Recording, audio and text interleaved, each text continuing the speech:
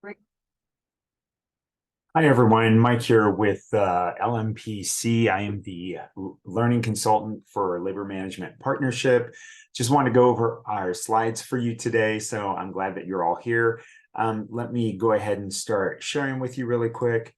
So today we've got the San Diego Education and Training Committee September 2023 LMPC updates. We're going to be talking about LMPO and PUMP for San Diego. Currently, we have staff trained by course and month. Here is our 2023. Here you can see we are up to 3,426 learners that have gone through training. That's a significant amount.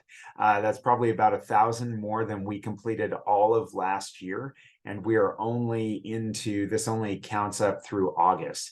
So we are 8 months through our 12-month journey here through 2023. So we've done a lot of good stuff there. You can see 1,300 students, just over that for PUMP, and then over 1,600 students for LMPO.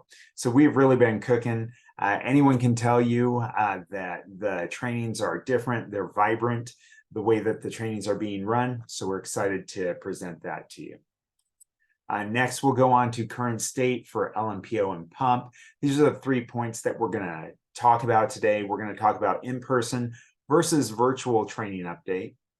Then we're going to talk about gaps in training. There have been some slight increases and decreases, and some of that is in part due to the coalition step back for Ezekiel Diaz and Margie Chavez, who are both part of coalition.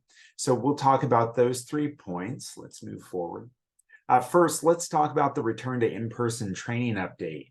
HR is currently unable to resume in-person trainings because of these 3 points right here. We have one dedicated room, it's View Ridge, and it's had some issues.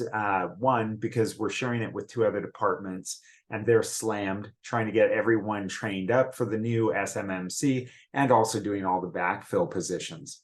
We haven't been able to get any kind of a meeting on the books with them because they are so backlogged trying to get all those trainings through.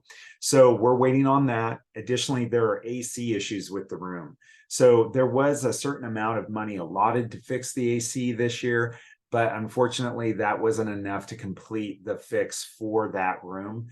We are waiting for Q1 of 2024. That's when HR is thinking sometime in 2024 that they'll be able to go back to in-person training, but right now they're unsure of that date. So we are taking our cues from them. Additionally, class sizes have remained high. We're still at over 100 people coming through each of the LMPO classes and PUMP. So that's a lot of people. We don't have the room to put those people into a room, and again, the dedicated room doesn't have AC, and we're trying to share it with other people. So those are the 3 issues that we're having. We are going to go ahead and put that in front of the master trainer group. We've already done that. Master trainers are looking at how to address those issues and are going to recommend next steps and a timeline to return to in-person training based on the approximate dates that we have coming down from HR, and we will recommend that up to Education and Training Committee for next month's LMPC update. All right, so let's move forward. Here are the gaps for training.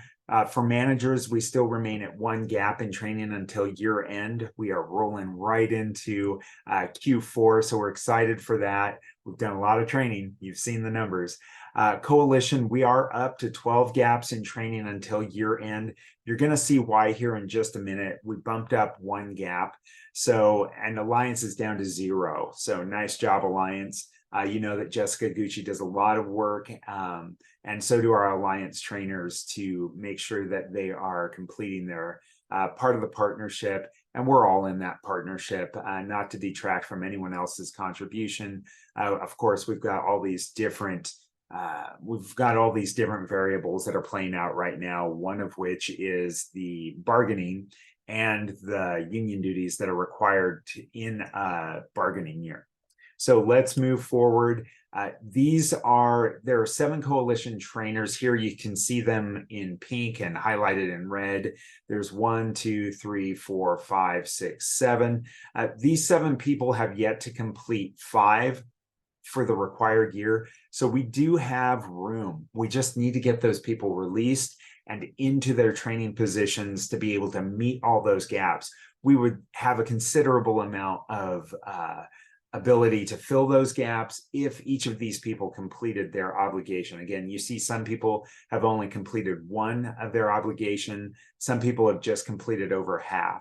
So here we've got probably 2, 5, 7, 9, 9 up to 13 to 17, 18, 19. So we've got 19 potential gaps that could be filled. And again, we only have 12 gaps to fill. But if we could get all of these people, that's why we need Coalition to be reached out to. I have not listed their names. I don't want to list those trainers' names. If you want to get those from us, we can definitely give those. I've given those to Jacqueline Gilbert, who is our Coalition master trainer extraordinaire, and she is reaching out to those people. But if you can lend us that assistance to get people in, that would definitely help. Okay, so now let's talk about why did that gap increase? Well, we've had a step back for Coalition. In order to attend those union duties surrounding all of the bargaining that's going on, both Easy and Margie had to step back. That means that they stepped back from training. What that really affects right now is pump, and also any kind of, if we have anyone call out, those are the only 2 people that can step in besides Jackie or Desiree Leyva, and they've been doing a killer job of covering pump, but they're the only people who can stand in that gap for us right now. And they've done a lion's share of the work this year. So because they had to step back, they had been planning for it, I think, because they weren't signed up for LMPO, which we have to teach in partnership. So that's one of the reasons that the gap has increased. Additionally, that affects how the Education and Training Committee works together because it is done in partnership.